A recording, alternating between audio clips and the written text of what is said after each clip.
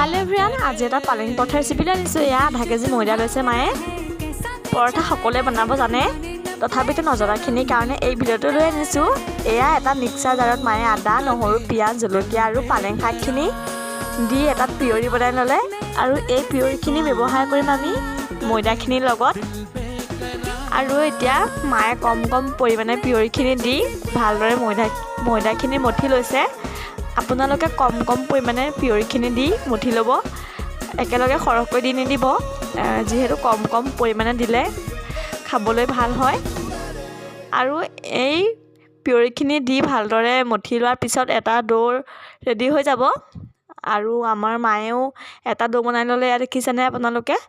আৰু এতিয়া মায়ে ধুনীয়াকৈ ঘূৰণীয়া চেপত পৰঠাটো বেলি লৈছে। আপোনালোকে ইচ্ছা কৰিলে বেলেগ চেপতো দিব পাৰে। আৰু পৰঠাটো আপোনালোকে ডাঠকৈ বেলিব, পাতলকৈ বেলিলে খাবলৈ ভাল নহয়, যিহেতু পৰঠা অলপ ডাঠ হ'লে খাই বেছি ভাল লাগে, নহয়নে?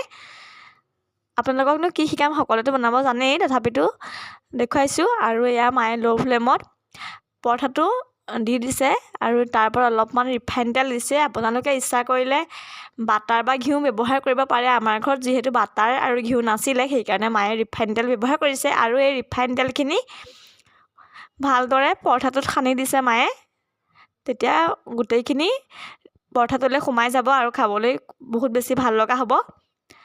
আৰু এনেদৰে বনাওঁতে আমাৰ গোটেইখিনি পৰঠা বনাই হৈ গ'ল।